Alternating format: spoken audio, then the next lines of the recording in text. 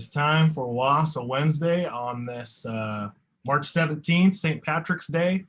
I got my green on right here. There's a little stripe, so hopefully my kids don't pinch me today. I hope everybody is doing well. As we get ready to get rolling here, we have just a couple of announcements before Coach Rolovich comes on. So I want to turn it over first to Dave Ticker to introduce one of our sponsors this morning. Good morning, everybody. I'd like to introduce Al Holtz from Video Scoreboard, WSSAA's newest sponsor. Al and I had a great lunch the other day, got to know each other a little bit. We talked a little bit about his product. This was a great fit for both of us, and I'm going to turn this over to Al, let him introduce himself, his product, his parent company, and kind of homegrown up in the northern part of Washington. So Al, welcome. Well, thank you, Dave, for the kind words. And yeah, we had a great lunch. Good morning, administrators, and thank you for giving me some time this morning. I'm Al Holtz. I'm the National Sales Manager for Video Scoreboard, which is a division of Dimensional Communications. We're very pleased and very happy to be a sponsor of the association and hope to help it grow and support administrators and help to let you know what the Video Scoreboard is all about.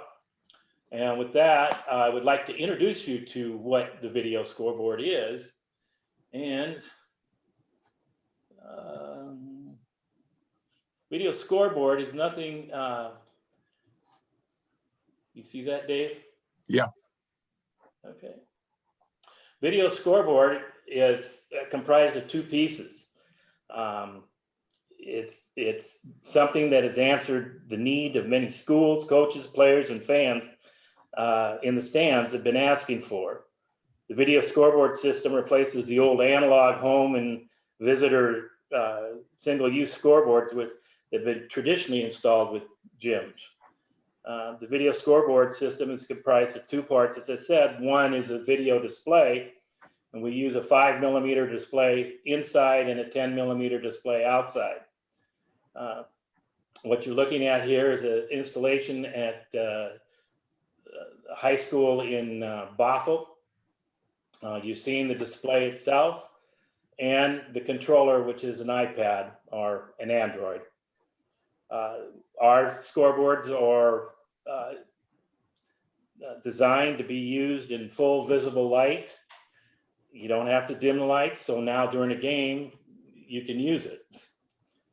The second part of the Video Scoreboard is a software hardware appliance, and that's what you're seeing here in the display itself.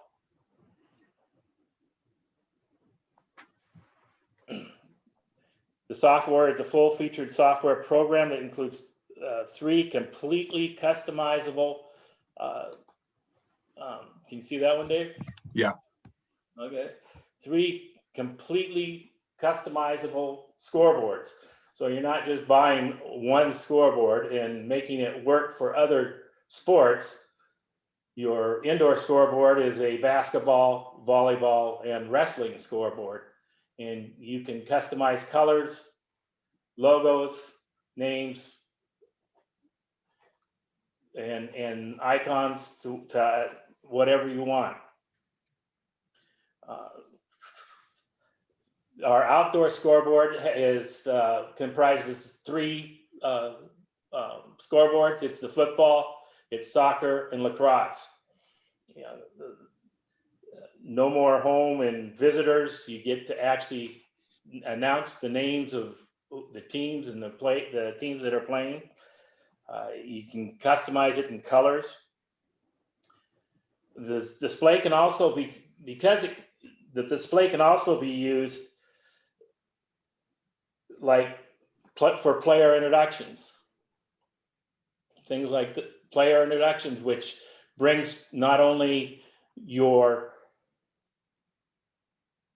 fans involved, because what parent doesn't want to see their kid life size up on a board, but it also helps to generate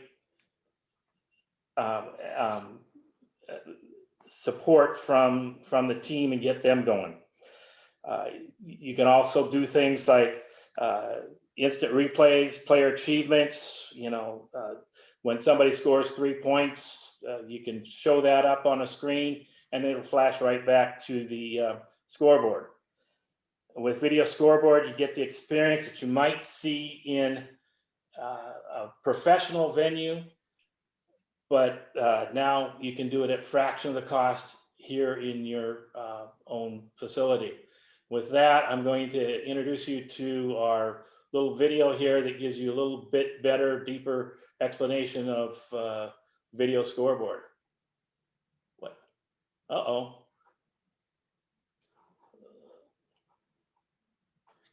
We lost the video. Hold on a sec.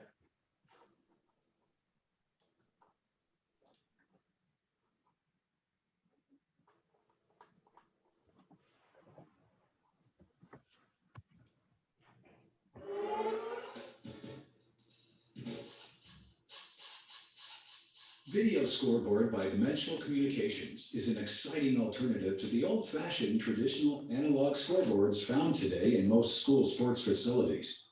Video Scoreboard is far more than a scoreboard.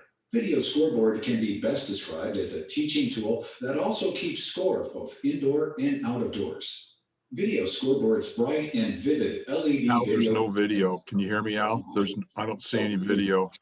Seamlessly attached together to make large displays in a wide variety of sizes to meet specific venue needs. Video Scoreboard displays are designed to be used in broad daylight. All Video Scoreboard equipment and displays are ruggedly designed to operate 24/7.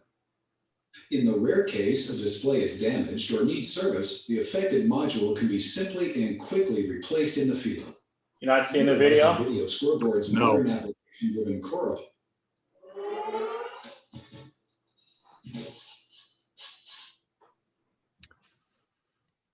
Let's do this then.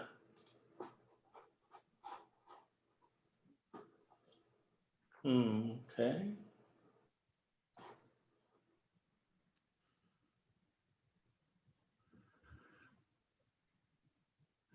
Al, Yeah. why don't you send your contact information, put your contact information on our chat, and we'll go ahead and move on. But I appreciate your information. Put it on the chat, and then if you have that video, put that information, send that to me, and when I send the recording out tomorrow, I'll give it to everybody. Alrighty. It's Okay, on our website, and I'll put that on my chat too. Okay, thanks, Al. You're welcome. Awesome. Thanks, Al, for your time today. And BJ, you've got an announcement to make as well. Yep, WIAA staff. I think Andy Barnes is going to take it from here with an announcement before we get into the rest of our presentations today. Yep, thanks, BJ. At this time, we've got an exciting partnership announcement that we'd like to make, and we're going to show a quick video here.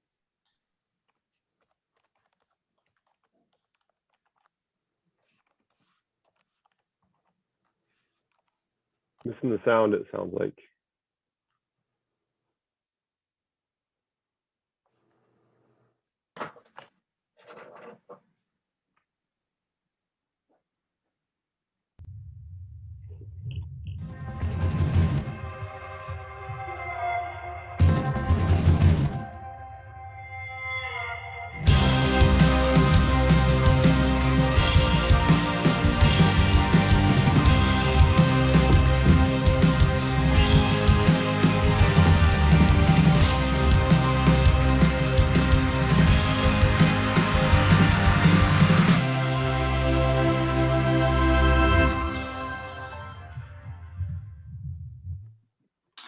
Yes, Baden is back. We are extremely excited to be partnered with Baden again. We're looking forward to having them be involved with not only WIAA, but be partnered with all of the member schools and WSSAAA and our districts. And we truly appreciate what they're doing for us. And so at this time, it's my pleasure to introduce Jake Licht and his team from Baden.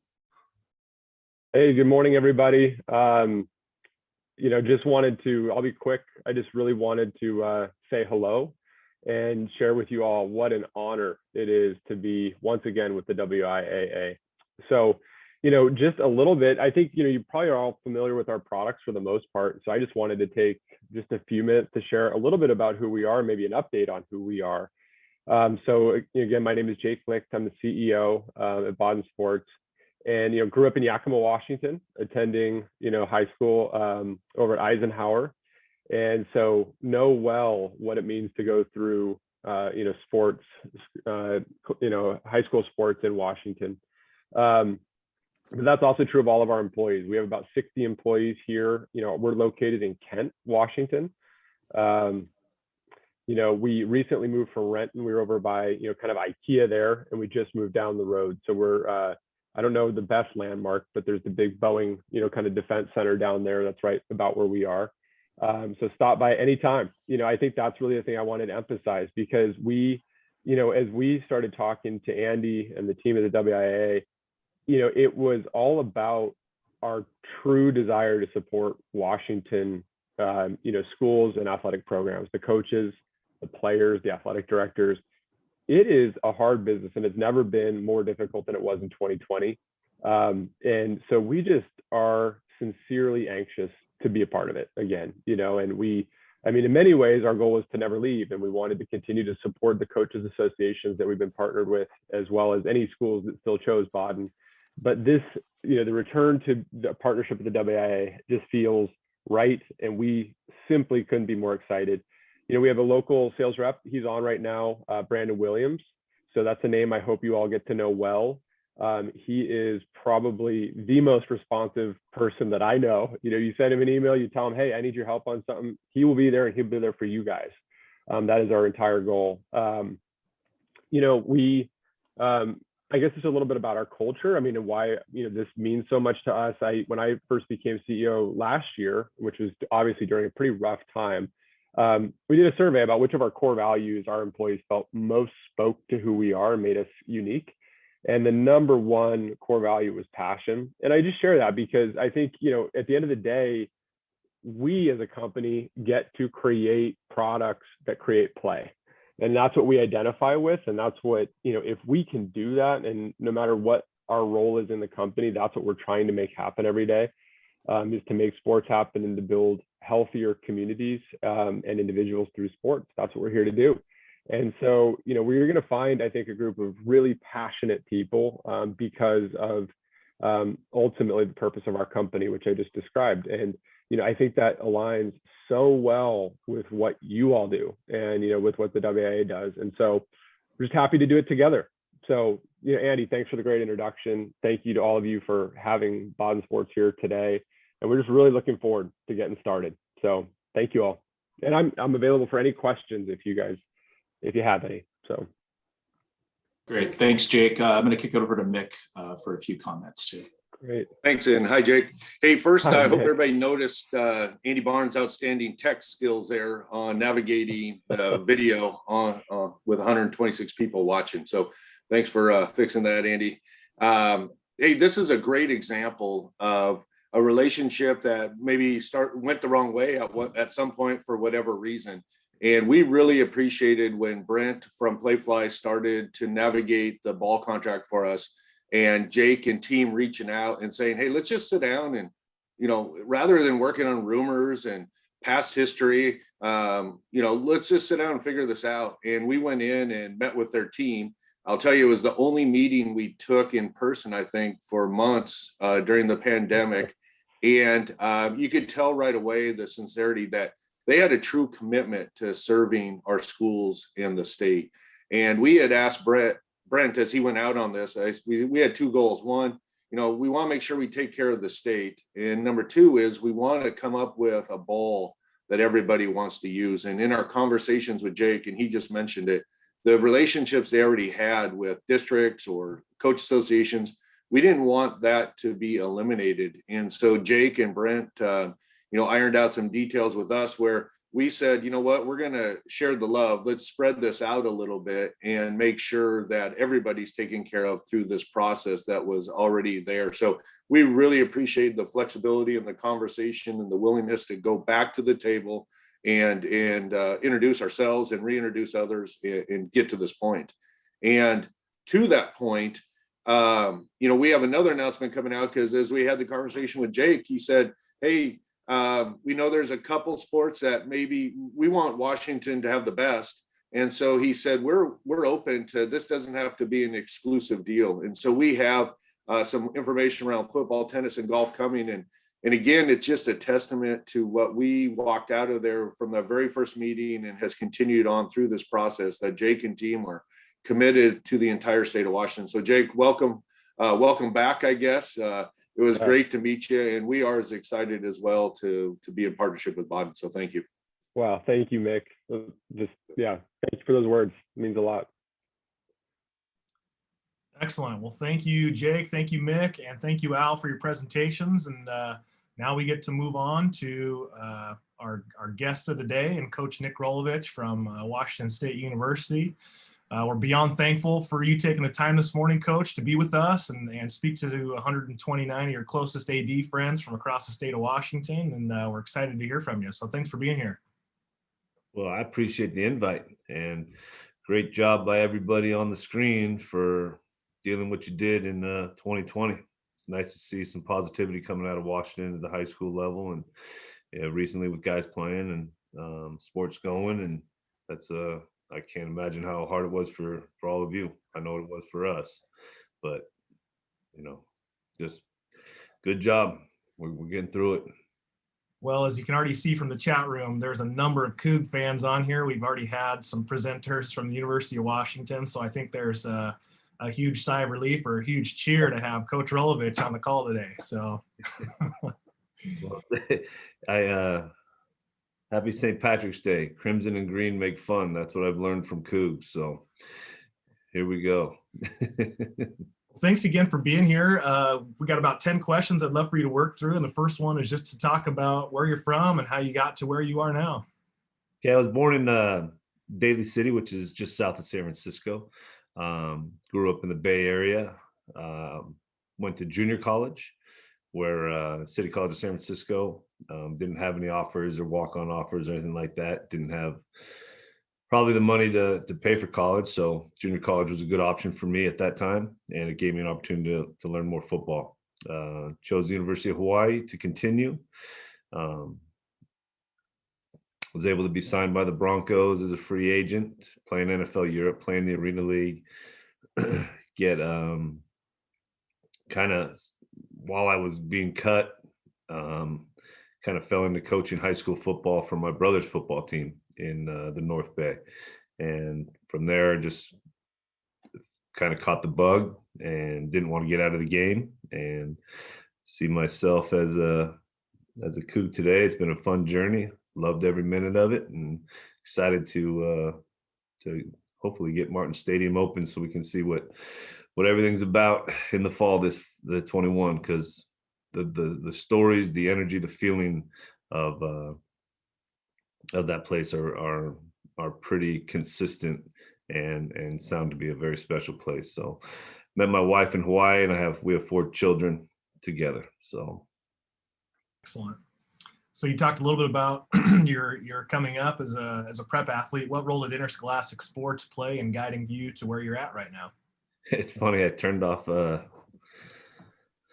I went to before we got on, I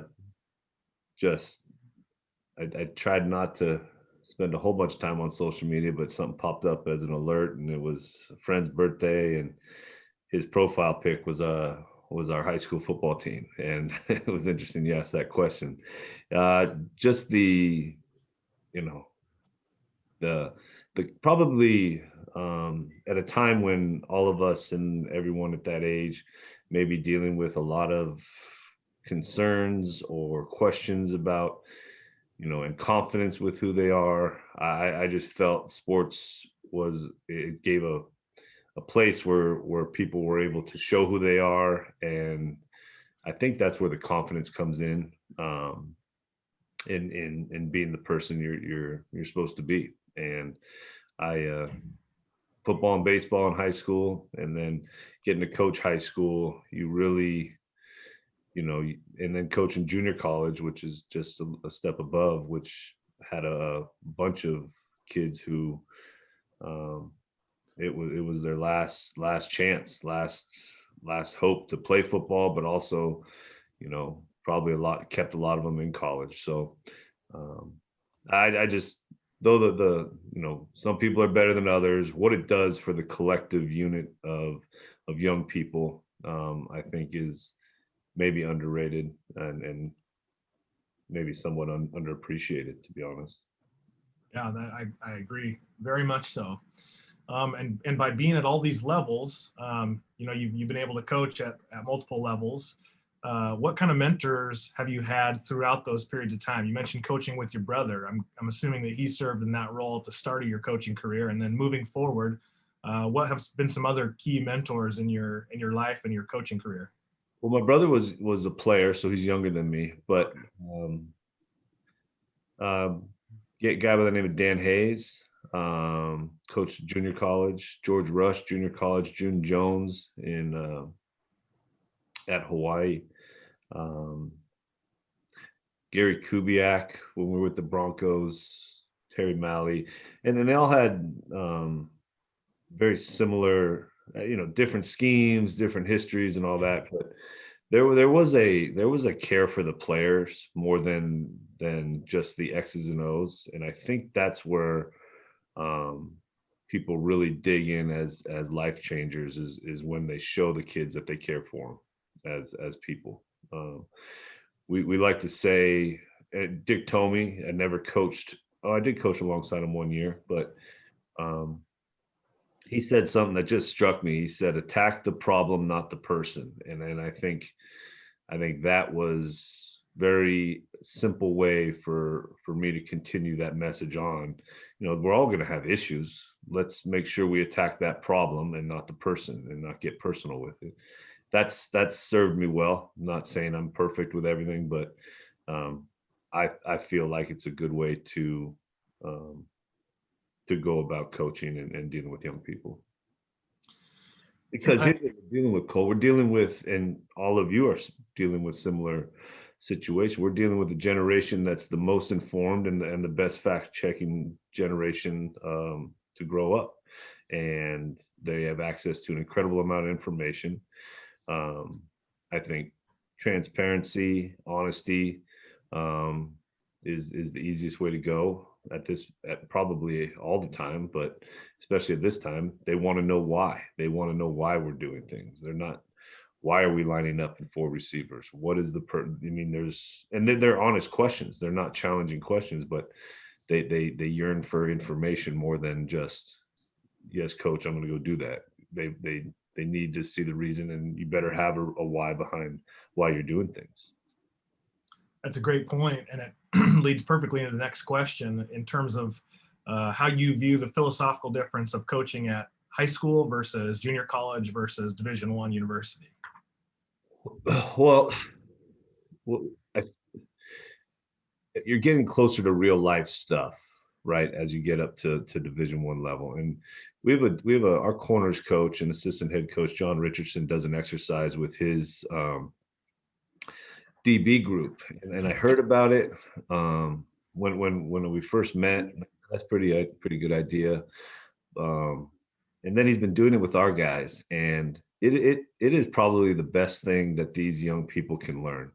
And what he does, and we're going to do it with the whole team now, but these guys all want to play in the NFL, and maybe it's not relevant for everyone at your level, but I think you can take this and use it.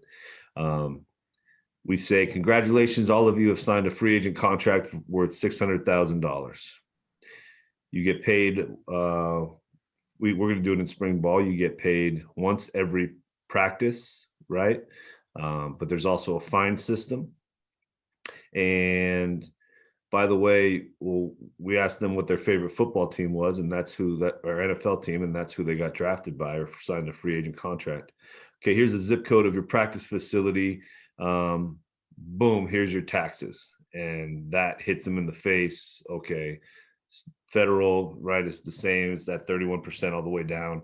Then you hit, okay, state taxes, then FICA, and then it just opens up a pathway of discussion of, okay, now you have to live near the facility because you are going to have to work at the facility. And I'm going to do you guys a favor and say, you guys actually are going to make the team your first year. because if you get cut, you lose, that contract doesn't mean anything. So it's a really, I think it's a great exercise for, eye-opening stuff about taxes, savings, buying a house. Will go into that element of what it would take to buy a house. Is that the smartest thing to do?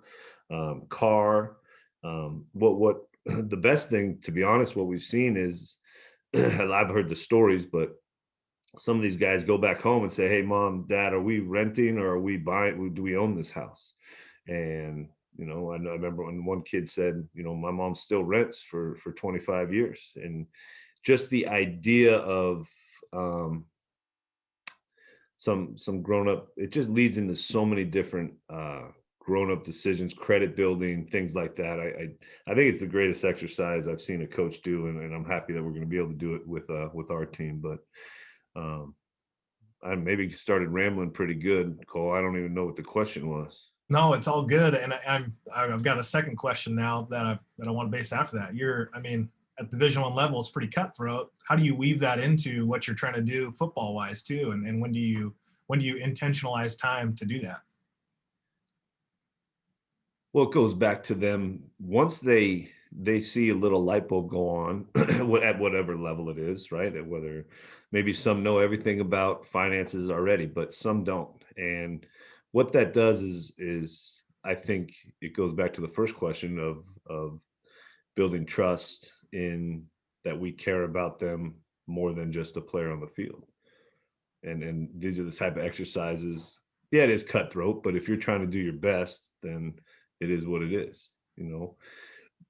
If your best isn't good enough, then your best isn't good enough. That's just, but you shouldn't worry about it if your best is good enough. Let's go see. Let's line up and fight. The ball's a funny shaped ball. It bounces funny. Let's go see what we're about. Well, to answer your question, the original question was the difference in philosophy from coaching at the high school and junior college and college levels. But I think you hit not something I wasn't expecting to hear, and that the philosophy is very much the same. You got to have relationships with your kids before they're going to trust you as a coach. And that's the next question: is how do you intentionally build those relationships with your athletes, your coaches, and your administrators to have the best program you possibly can? I try not to walk past any one of them without talking to them about something. How's your family? Or, kid from Hawaii, hey, the floods this weekend, are you doing all right? Family okay? Or, and it's not always, it may be, I try to store away plays that happen. And one thing that's been hard with COVID is we have not had a lot of team meetings, so I don't have the ability to get in front of all of them a bunch. So we're using an application, Group Me, and try to send a message through there. But also when I see them in person is, hey, remember that post route? You got to watch out for that other safety on the other side. I think your angle was too flat. And then boom, I just try to keep a lot of those on deck for the guys I see. So it's not, I guess I've heard stories about other places where a coach, is all happy, joy in recruiting. But then when they get there, they walk by him and don't even say hello. And it's just, I think that's a ridiculous level if that's what the game's gotten to me. How do you help your athletes deal with all the pressures? And I think this question has even more exclamatory tone because of COVID. But we're talking about school, we're talking about competition, winning, things in their personal life. How do you help them work through those things? I tell them they're here for a reason, and they are strong enough to handle what's coming at them on the field. With COVID, with restrictions, I say that you guys are meant to be here for this time, and if you don't want to do it, you don't have to be here. But those of you who are here, I appreciate what you're doing, because this is the most difficult time in college athletics in a long time, and you guys are pulling us through. And I appreciate what you're doing. I know it's not easy, not hard. And we've had kids walk away that are just, they don't get the benefits of playing college football that everyone, and what I mean by benefits is those fun experiences, great times in the locker room, great wins, great, no fans. I mean, there's a lot of hard work to go in, or, you can't go to parties, can't go out with your friends, can't go. I mean, there's a lot that they don't get. And we've had a couple kids walk away because they're like, I'm just going to get started on my life because that's what it feels like right now. I think that's the same at the high school level too. We have some kids who are not turning out because they want to go make some money. They got to go support their families. They got to do this and they got to do that. And I think that's kind of reverberating across levels. Shifting the focus a little bit from athletes to coaches, what are some resources that our high school football coaches should be accessing today based on what your thoughts? Accessing anything specific? Everyone's trying to sell something, but they're always welcome to contact us. We actually lost our special teams coach to the NFL, and he was the entire state recruiter. He was that guy for us in Hawaii too, so it was an easy transition. But when he left, it left a whole state open in recruiting and relationships. So we've decided to break it up into 5. We put 5 coaches in the state, and I know they're trying to reach out to everybody, every high school coach, and just know that though we can't have clinics on campus, if anybody wants to talk ball, we have more time now than we've ever had. So we've thought about setting up maybe a coach's clinic online, but also I think you learn a lot. What we did at Hawaii, and what I plan to do when this opens up, is we called it Aloha Fridays, and we just said high school coaches come to practice in the spring. There'll be time after practice. Let's go sit down if you want to talk about this. It's very casual, because what happens in a coaching clinic situation is there's one person up there and there's very little interaction. The style we went with, forced interaction, and it gave different, maybe a guy doesn't feel confident asking a question in front of everybody, but and all our coaches understand that they were learning at one time too, and they should still be learning, but maybe gets just talking small talk, and then a guy feels comfortable, a young coach feels comfortable asking a question that may be embarrassing in a big setting. And I just felt those relationships and comfortability, I think that's kind of the Hawaiian way also, but I think it works everywhere. And if a guy wants to sit down and just start, it's not, I guess I like to, so many high school coaches have so many great ideas. It has to be, I try to assert that it should be a two-way street. You look at all the changes that high school football coaches have made that have crept up into college football now, you're seeing at the NFL level. Just there's tons of great high school coaches that could be coaching college in the NFL, and it's just life decisions and what goals are, and some of those coaches clinic, or we're always available, I guess, is the short answer for that, if anybody wants to reach out. Excellent. Folks on the call too. I know you guys probably use something, but some kind of mass messaging device, and not just team meeting here. I'll send our team's high school highlight films to them, just so it gives them something to look and laugh at. I'll send them random quotes from books, I'll random questions, and just try to get some interaction online, because there's not, they're not the same human interaction they're used to. Absolutely.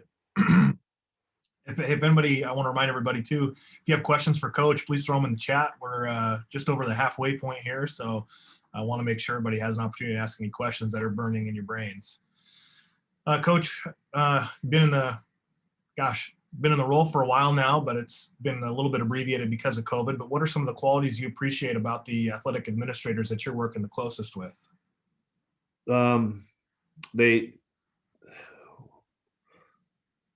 we know who we are at Washington State. We are not tricking or forcing any recruits or people to work there. There's a different energy and spirit there that I appreciate, that I think is how I like to live in general. And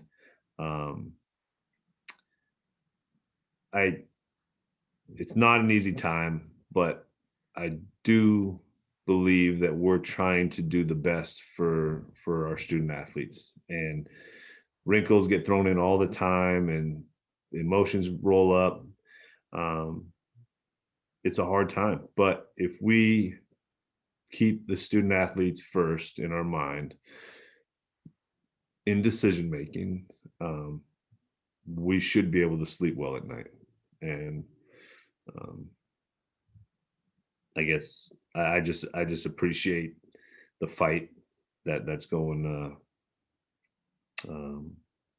that administration is going through, because it's at a different level, it's at different pressures, it's at, all I want to do is get the kids on the field and practice and be around them in a team meeting. And there's so many layers to what all of you do that I try to keep my butt out of it, to be honest with you. Well, as Carrie just mentioned in the chat, pretty much what you're saying is 100% accurate. It's clear how the Cougs have such a strong, passionate following is exactly what you're talking about. So that's pretty awesome. And the spirit, it's just it's almost that there's such a consistent, okay, open your eyes in the morning, alarm clock, and people are smiling because they're Cougs. That is pretty cool. It's a pretty cool feeling and spirit, to be honest with you. What advice do you have for our athletes that are wanting to compete at the next level? Have bad ears. People told me I couldn't compete at Pop Warner level at quarterback.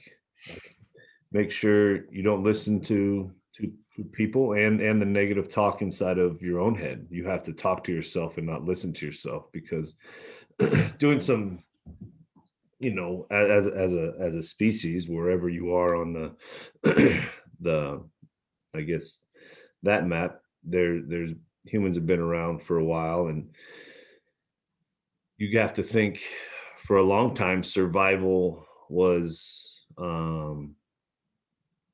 kind of the deal. How am I going to survive the day? So there was always this instinctual negative thought process or worrying that went on, and through technology and growth and everything, we are where we are today. But that negative talk is still there from yourself, and I think you need to make sure you tell yourself and visualize yourself doing great things. If you listen to people that say you can't play, then that's exactly what you're going to show them.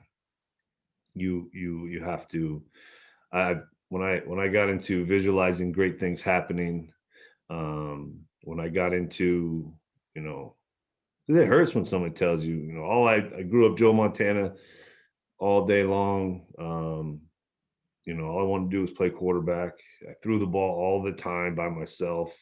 That's what I like to do. And then for people to say you're not good enough, right then when I was an 8-year-old in Pop Warner, I could have accepted that, and I wouldn't be sitting here today.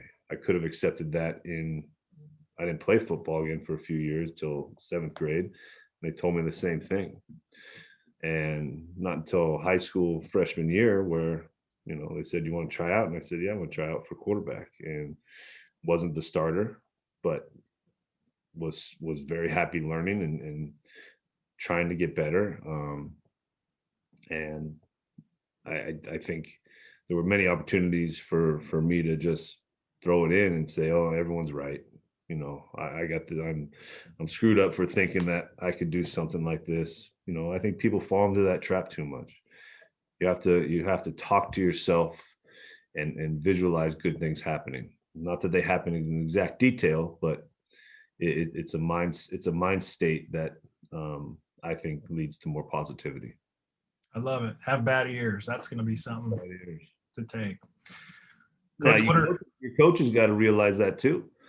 Sometimes, you don't want to, I just don't believe in attacking a kid and give them answers, give them ways to get better. But but at some point you do got to be honest. I had to be honest with the kids at this level. I'm not sure that you're good enough to play here. Now, you prove me wrong. Your job right now is to prove me wrong, and that's fine. But I also have to be honest for this football team. Absolutely. What what is the top quality you're looking for when you're hiring assistant coaches? That is a good person. I truly, and I say it and people think it's cliche, but whatever. Our job, yes, wins and losses count. Okay. But we also have to show these young men, and I talk about it. Someday you will be a father, most likely. Someday you will be a husband, most likely. You will have an impact on your community later in life, positive or negative. That one you don't have a choice about. And it's, think about that. Think about what I'll do something, I remember I'd sent a message to our guys. Me and my daughter did something, and I said something about having a daughter, and I'm so excited for you guys. I hope that's something you guys dream about. But people who are I have a real disdain for selfishness, and these guys, none of us are some football gift from God to this university. We have to understand that we should give before we take, and that's where I want to make sure we're putting. I can't speak that way and then put some completely different position coach in a position room. I if I say something, I have to, and it's what I believe, so it's easy for me that good people, being around good people, it's not the stuff. We got beautiful stuff, all these Pac-12 colleges, and a lot of stuff doesn't win football games. People win football games, and that's why I just, when I get a feel about a person that I believe, if I would want this person to help, basically raise, my kid, all right, then he's good for the team that we have today. Talk about a hard or challenging experience that you've had along your path that has shaped you into who you are and got you stronger for the role that you're in. In personal life, or just getting fired at Hawaii, my alma mater. That's pretty. That was a pretty good wake-up call. But I was a position coach. The head coach got fired. The new coach came in. I'm sure he got pressure to. It was Norm Chow, and Norm didn't keep me. And I don't hold anything against Norm. It's not, I especially after sitting in this chair in the head coach chair in Hawaii, he did what he thought was best for the program, and that was hurtful to me. I thought I could. This is my alma mater. I want to give back. I want to coach here. We weren't bad offensively or at the quarterback position, so why am I getting fired? So there's a lot of question marks, right? And it came back to something we talked about earlier. You're strong enough to handle this. A couple wise coaches told me you won't make it in this business until you get fired and get back up on your feet. And I was able to get back up on my feet. And but it was, you got two kids. I had two kids at the time, no job, and I'm living in Hawaii, which is beautiful in itself, but there was no more jobs for me in Hawaii to stay in the business. So that meant a big move for me and three other humans, wherever that was going to be. So there was some stress there. Well, the last question I have for you today, Coach, unless there's more questions that pop up in the chat, is what do you know now that you wish you knew then when you started coaching? what I know now. Let me see. I don't know. I That's a good question. I don't know that I've thought about that.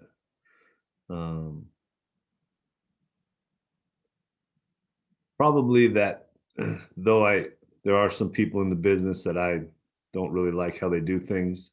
There are some good people in this business that are helping kids where I thought and people are just humans and also trying to raise a family and trying to do something they love at the same time.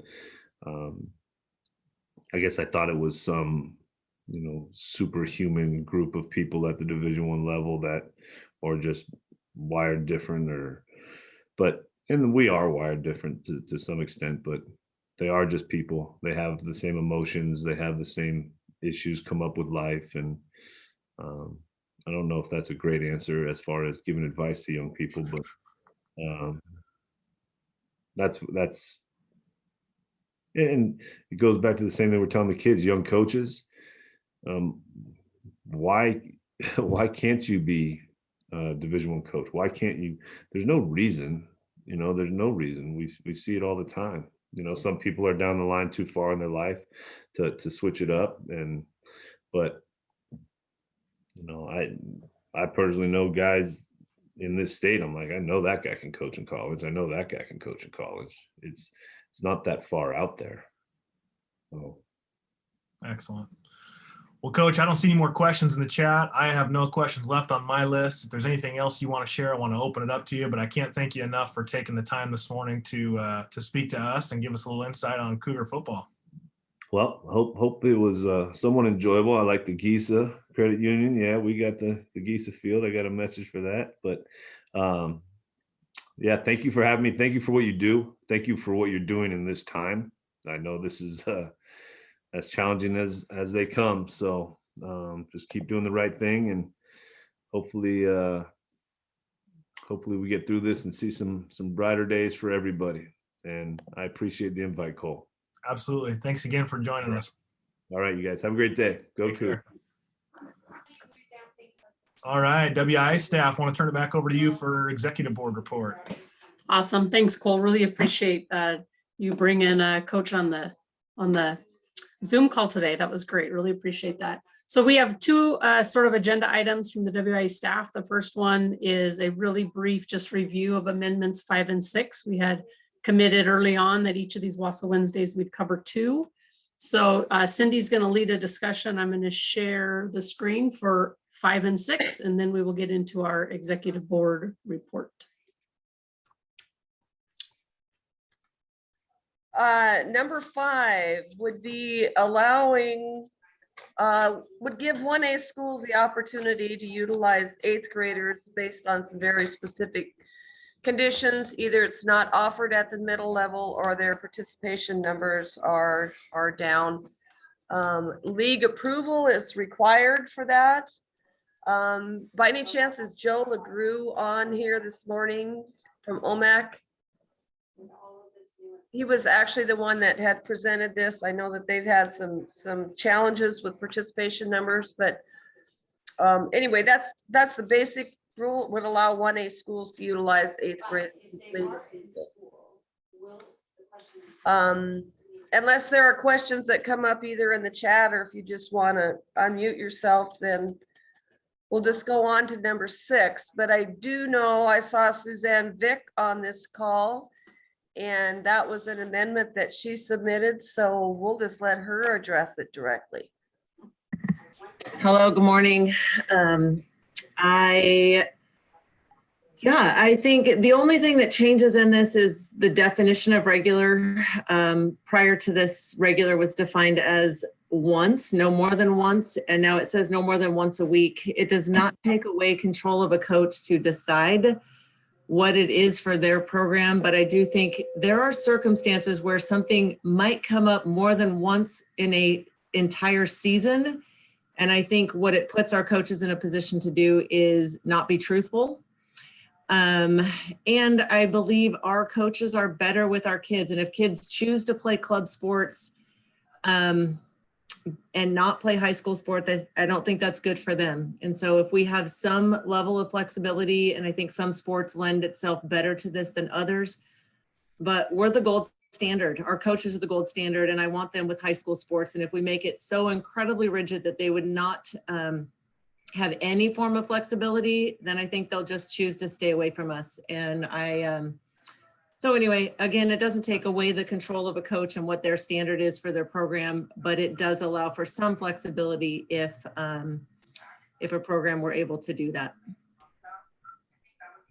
I'm going to add one other thing here, because as you know, leagues could apply to have certain rules waived this year for a number of reasons. And that one was actually approved as a waiver to be utilized during the remainder of this school season. We will be surveying all the league presidents prior to the end of the amendment voting period to see how many schools in their leagues actually made use of this rule or utilized it.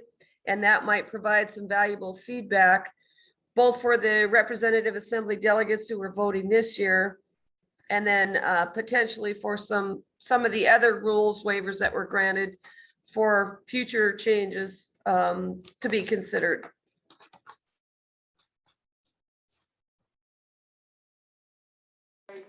Cindy, did you see the question in the chat from Aaron asking sort of how this became a WIAA rule? Do you have any history on that? Well, I can tell you that this rule was put in to actually give schools and school coaches to back them up, basically, so that they did not feel like they had to release kids, or it puts more emphasis on the school programs. That was originally the intent of that, to help give schools a little bit more credibility with their programs. This is one of those that over the course of time, there have been a number of attempts to modify it. None of those have passed. So the schools have continued to support this rule. Although I will say that all of the rules are always subject to change based on changing conditions. So we'll see what happens with this one this time. Great. Any other questions about these two amendments? If not, we will do our board report. I have a PowerPoint to share with us here. And here we go. So we're going to start with rule waiver approval. So just letting you know that the rule waivers that have been approved through our office are located on our website, WIAA.com/COVID. And so those are, if they're approved for one league, they are available to all. Anything to add on that, Cindy? Okay. No, just again, that we will be surveying the league presidents to find out how many of them have actually made use of the opportunity to utilize these waivers. Right.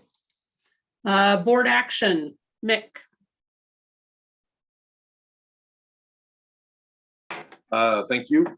And so with the changing metrics, so if you've been following anything coming out of the governor's office, we're back to county metrics and everything else that's happening. And so with regional tournaments, which was our original fallback plan from state tournaments not being realistic, we've worked with district directors to try to find ways we can partner with the league events. And so, those are all going to be done at the local level. Those are up to you to decide what's going to happen.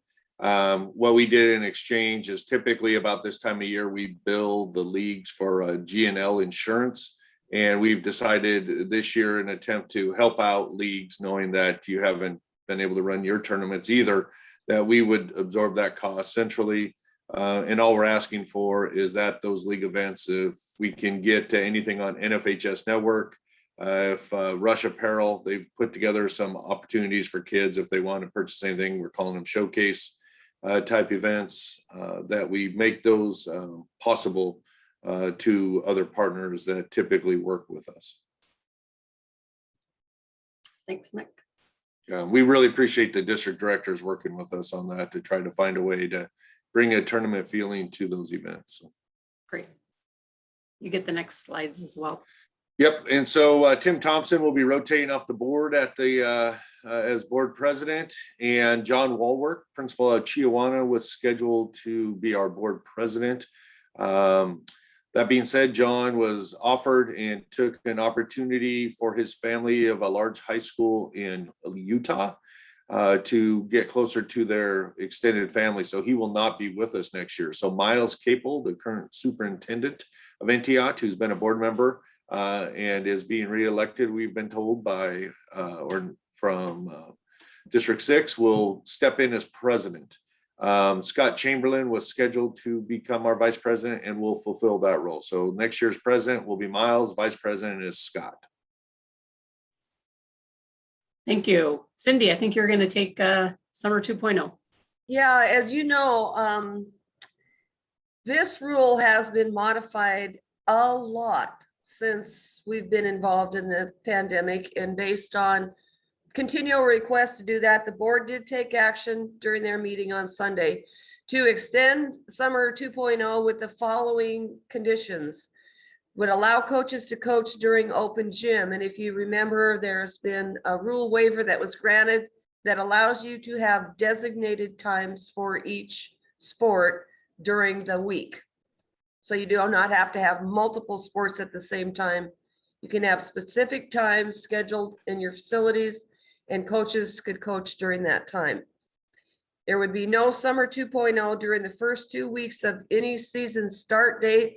And there's no way we could actually list a date because the league start dates are really, they're all over the place. So it all depends on what your league schedule is. That there would be no school competitions or travel that would be allowed. The in-building only or facilities that that school has would be monitored by that schools. That the schools have to approve that. And that schools may limit the number of hours that coach. There was some discussion about setting that limit, but felt that that should be determined by each school. And the school year will officially end on the final league event that your league has, which means summer begins the next day. And when summer starts, then open coaching is allowed.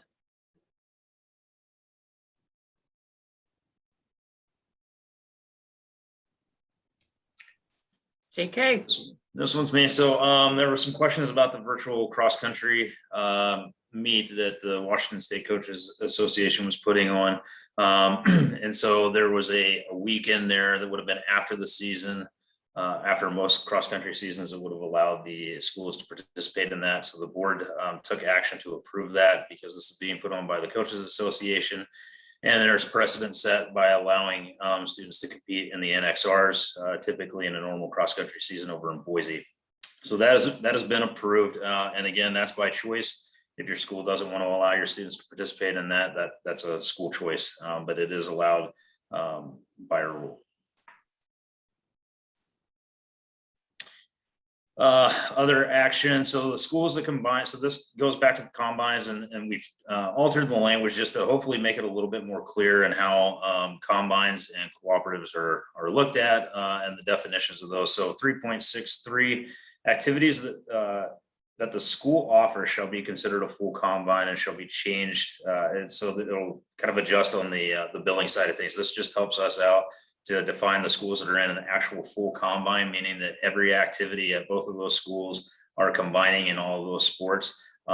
We've changed that to have a partial combine definition. So partial combines are the schools that combine for one sport or more, but it's not every single sport that is offered by those schools. So keep that in mind as we move forward. So it's just an editorial change just to help clean up the definitions and how we do the billing.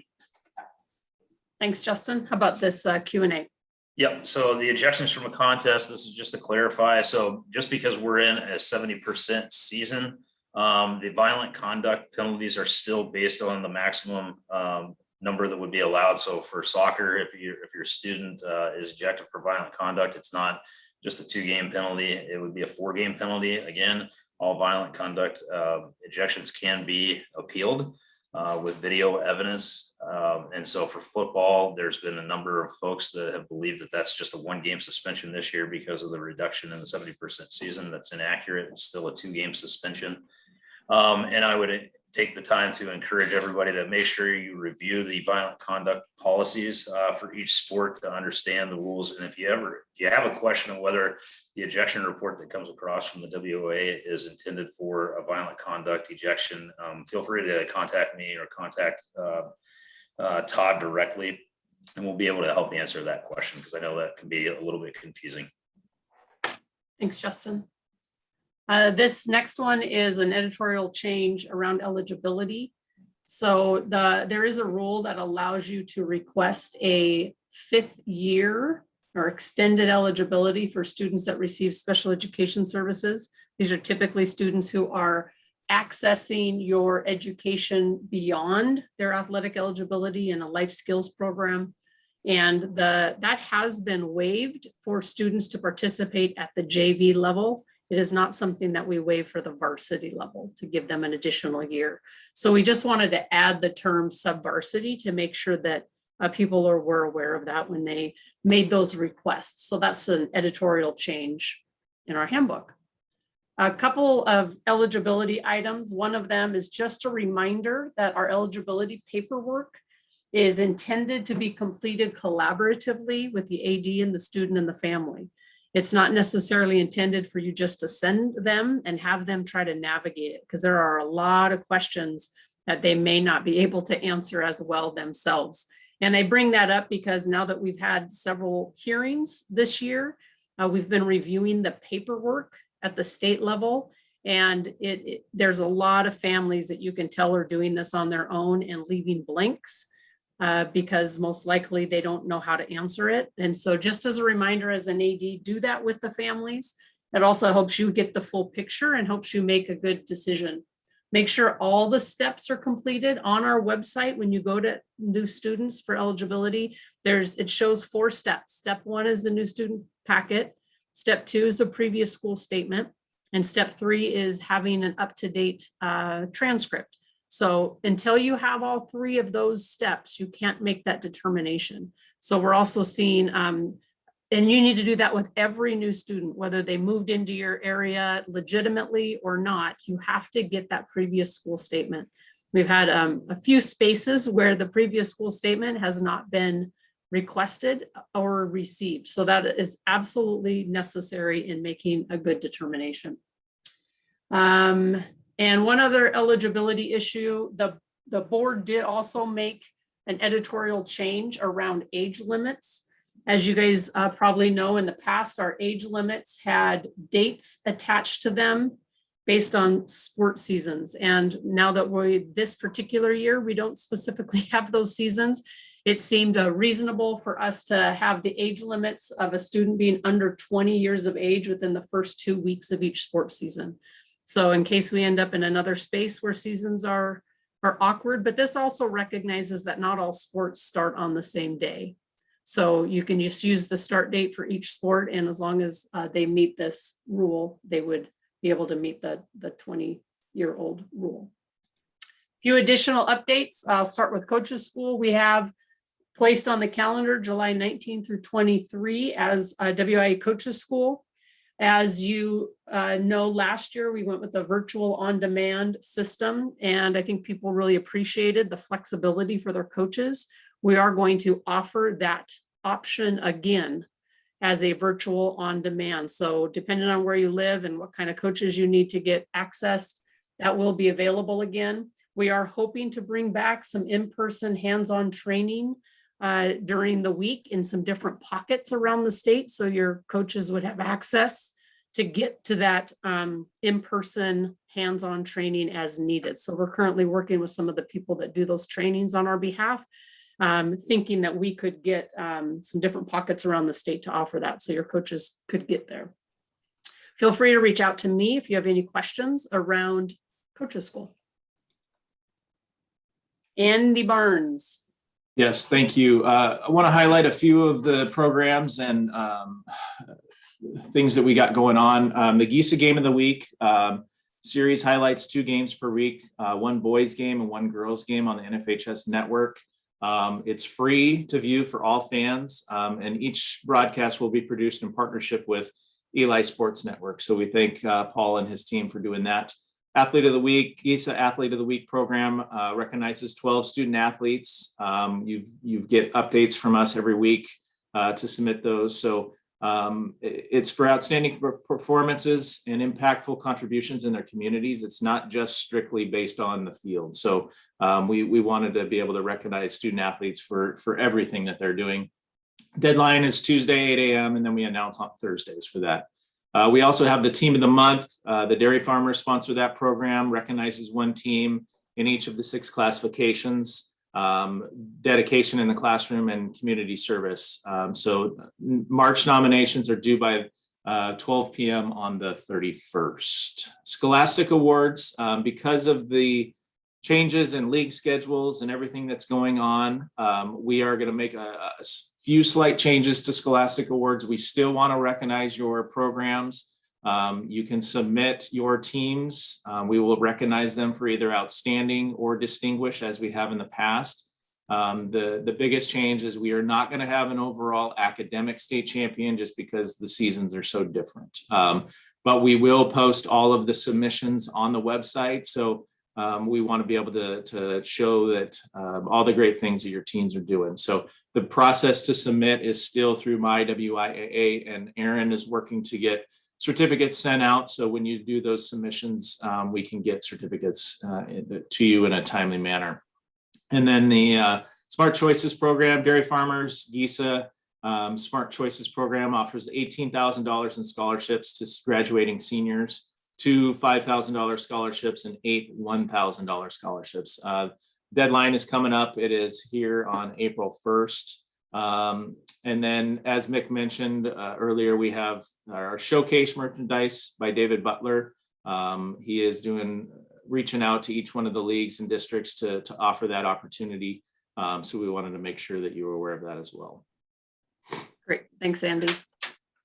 So we're going to get into the recent Department of Health and Governor's updates. So we'll start with either Andy or Justin, whoever's going to take this first screen. Yeah, and now for the really fun stuff. I got to deal with the mask, and I've been voluntold for the to update everybody on the DOH guidelines and the spectator capacity. So I'm getting punished for things, but I don't know why. So the basic information for the outdoor spectator capacity, again, a lot of changes took place last week. We understand that a lot of it's confusing. We are trying to wrap our heads around a lot of it as well. And so I think the biggest thing to put out there first is that we're also trying to understand this. We're going to help you as much as we can.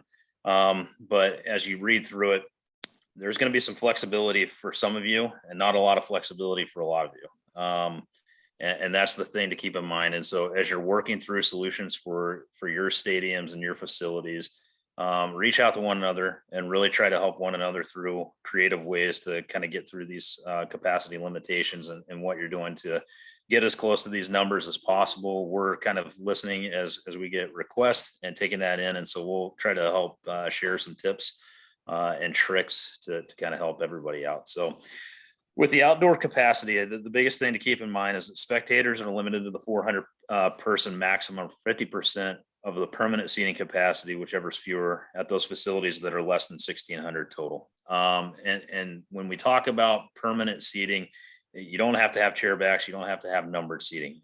It's literally just putting down X's or some sort of a sticker, some sort of a system in place at your facility that would allow you to designate seating. And so that's really kind of the focus when these were written. And I think Mick pointed this out at our board meeting and also in a couple other league meetings last week, is that when these were designed, a lot of this is designed for the professional teams around the state. So this is more in line with T-Mobile, Lumen Field, places like that. So that's where we have to get creative with this in a lot of ways. So keep in mind that if you're less than 1,600 in your facilities, the 400 person maximum or 50% occupancy is what's in place there.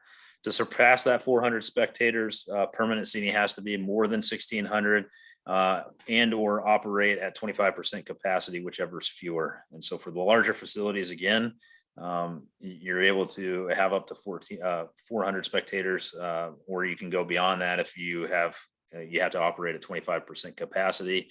I think the thing to keep in mind, it sounds like there might be some confusion on what the physical distancing requirements are. It is permanently 6 feet, right? So it's not 3 to 6 feet, it's just 6 feet.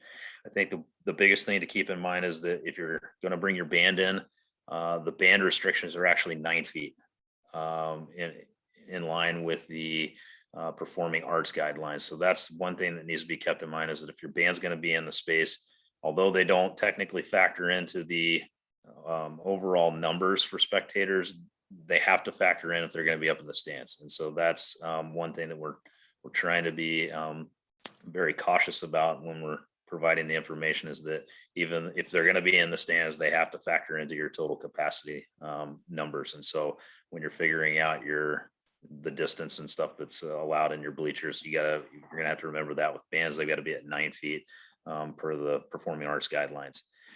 And then without the permanent seating, you have the 100 square feet needed between groups. I think we have a slide down towards the end, which is for tips, but I'll go ahead and just point it out now that if you're one of those small schools that has very limited permanent seating, but you have people that stand around your field, using those marking flags to just cordon off 100 feet and telling people, hey, your group can go, right? Your group of 1 to 6 can go and stand in that area.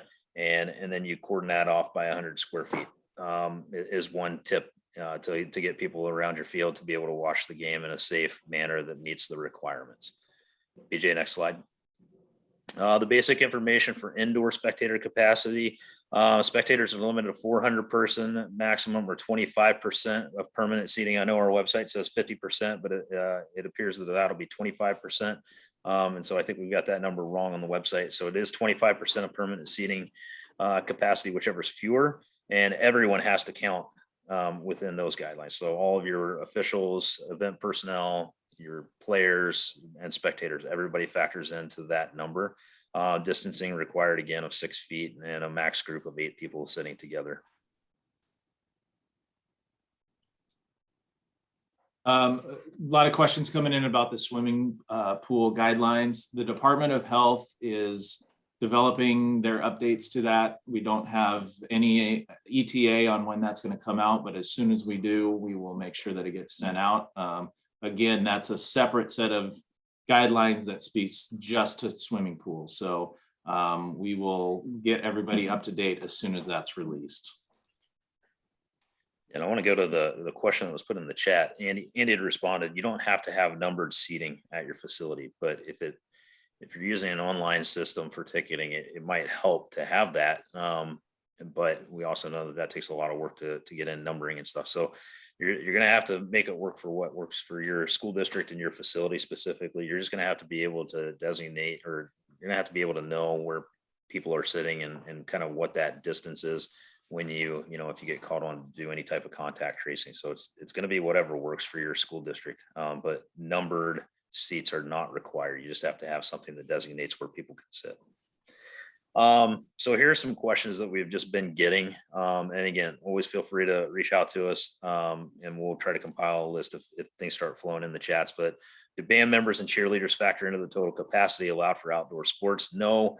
Again, but if they are in the stands, they'll have to account for the physical distancing required in the stands. And so a reminder that the protocols on bands are that they must be distanced by 9 feet front and back and side to side.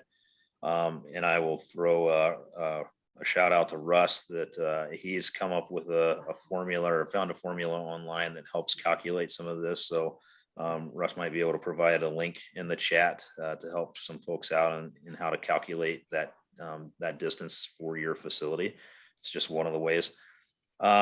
Next question is, does our stadium seating have to be numbered? We just, again, answered that. No, but you need to have a system that's in place that can identify where people can sit safely. Is there a limit on the number of competitors allowed for outdoor activities? This is coming up a lot with track. No, there's not a limitation on the competitors. So your track teams, you'll be able to have, those large programs that have nearly 200 schools, you'll be able to have that in place. But again, you need to think in terms of the entire event. If seating is going to be done up in the stands, you're going to have to account for that if you're allowing spectators to come in. So those are things to keep in mind, that just because the competitors don't count into that capacity, they'll have to account for the space that's being taken up in the stands. So I think that's the important thing to remember there. What parameters do we have for other outdoor facilities that are grouped together on campus? Again, this is in the document, but outdoor viewing areas without permanent seating are limited to one seated group, 1 to 6 people per 100 square feet. So this is more along the lines for your baseball, softball complexes, open soccer facilities that do not have stands. And again, one of the ways is just setting up cones or the flagging system to designate areas where people can watch at a safe distance, and kind of keeping part of your pregame setup or permanent setup is some of the tips that we've heard from other schools and some of the things that we've just kind of brainstormed internally. But the facility staff should monitor and restrict interactions between the groups. And those viewing areas are limited to a maximum of 100 spectators.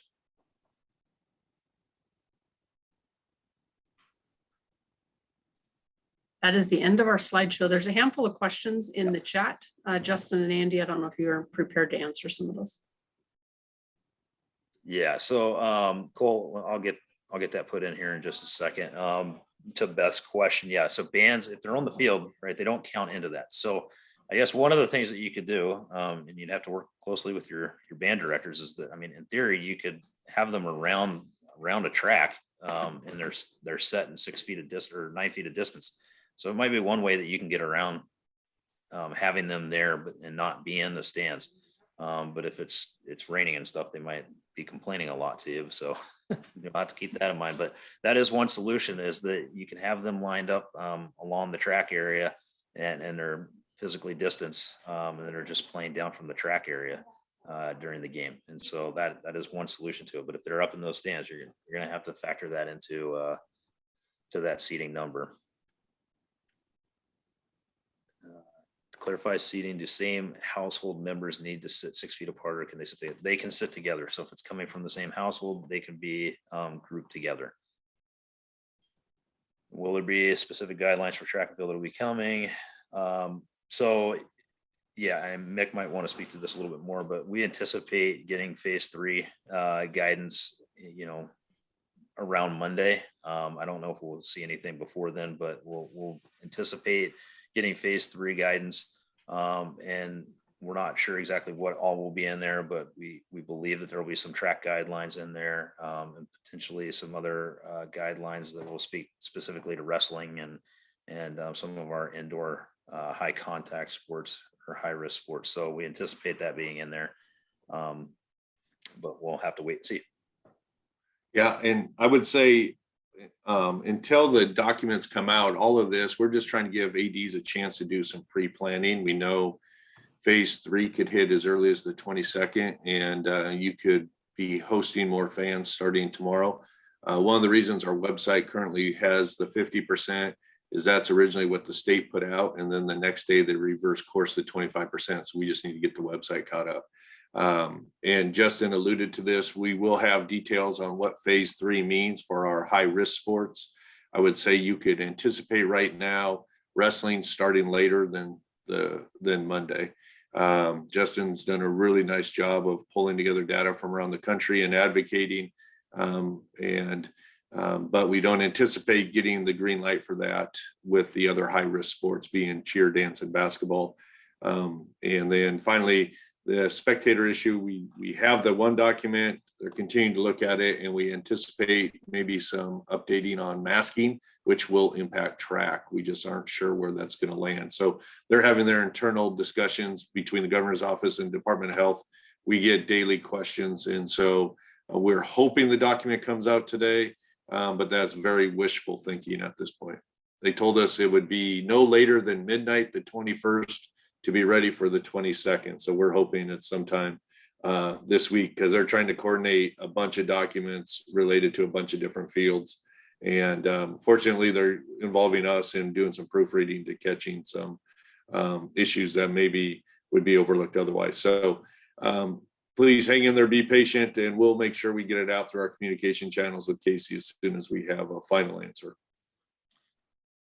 Thanks, Beck. And there was a question from Carrie. So the 100 max is for those facilities that do not have permanent seating. So if you do not have permanent seating at your, like at a baseball, softball fields, that 100 max is where that would come into effect. And again, this is where you have to, be flexible and creative at times, because if you can create a space around that field where you have separate entrances and exits, then you can technically qualify for more people. It's all about how you have your facility set up and what your district's going to allow. So there's some movement that can take place within those guidelines based on how you set your facility up.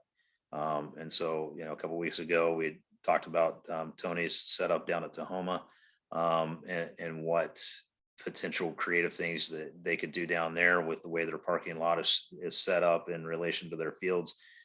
It's possible that Tahoma could set up a separate entrance for their tennis matches that could be separated from a baseball game that's going on. Potentially, you're just going to have to work with your district facilities folks, if you have those, and just work with your school administration on how you have that set up.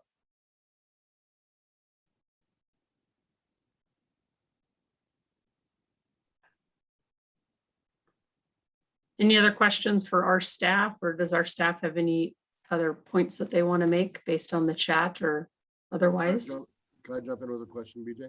You bet.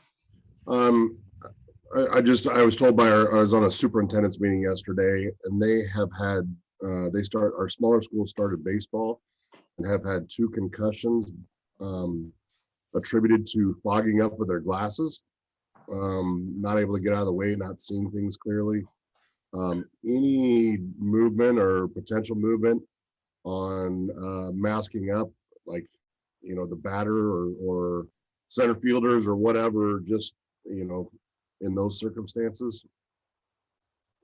Yeah, I think, as phase 3 comes along, we'll see what changes come into place. We continue to, in our meetings on Fridays, we continue to ask those questions, Ryan. I think that there's a possibility that we might see some movement on that, as Mick alluded to, but we won't know until we see the final version of the document. We're hoping that it's being talked about. Yeah, we're hoping we're given a lot more latitude on when and when not to mask, especially with low and moderate risk outdoor sports, as part of the conversation right now. But like I said, until they finalize it, there's a lot of hoops that are jumping through to get it to us. So Justin's been advocating for that. We're hoping that, we get it. So, and I know it's definitely under consideration. Is that a fair statement, Justin? Yeah, I'd say that's fair. I'll say, I don't want you to get in trouble with those guys. So I'll say that they're definitely listening. I mean, they really are trying to work with us on a lot of these topics as they're getting more comfortable with how the trend we're seeing throughout the state with cases. So we're hopeful. Justin, can I assume that our track and field runners can follow the same protocol as cross country?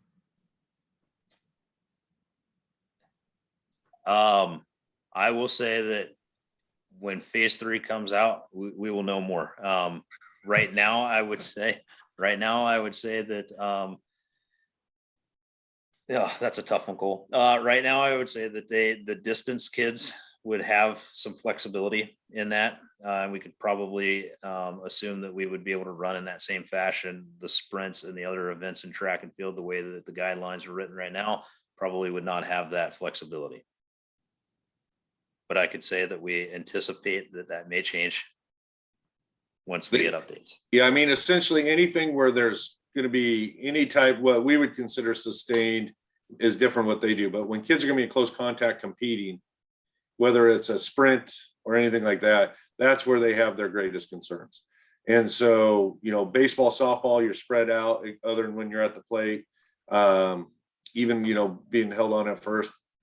So they're looking at it more from that perspective. So if you think through all the different sports activities where you have that, that's probably what we're most likely to see. But honestly, we're not being coy. We just don't want to overpromise and have confusion out there.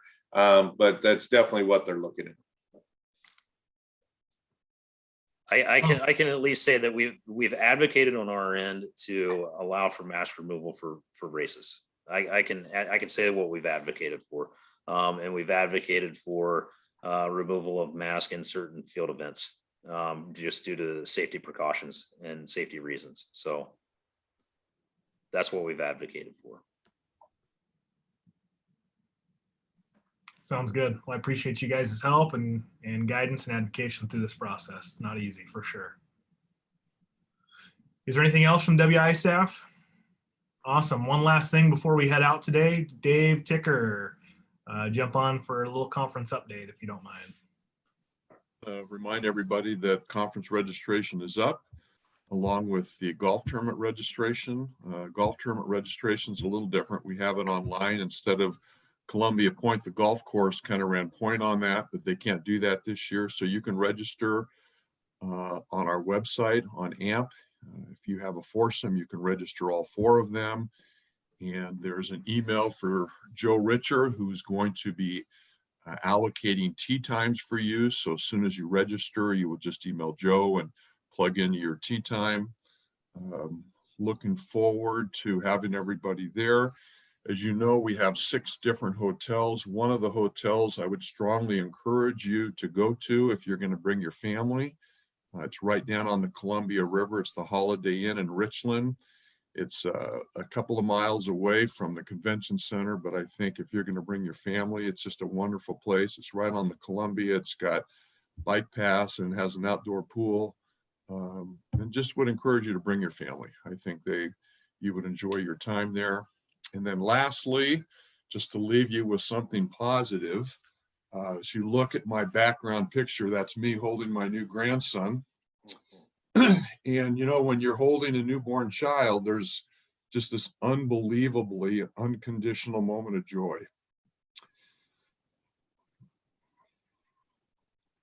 And I hope that you can all find that moment daily that you can take with you and your sphere of influence with your coaches and your athletes, that they see that in you, that they see the ability to have those unconditional moments, and pretty special. So thanks. Have a good day. Take care, everybody. Thanks, Dave. Congrats on the baby, the grandbaby, that is. I hope everybody's doing well. We'll see you in a couple weeks, and definitely hope to see you guys at the conference. Have a great week and have a great spring break that is undoubtedly coming up.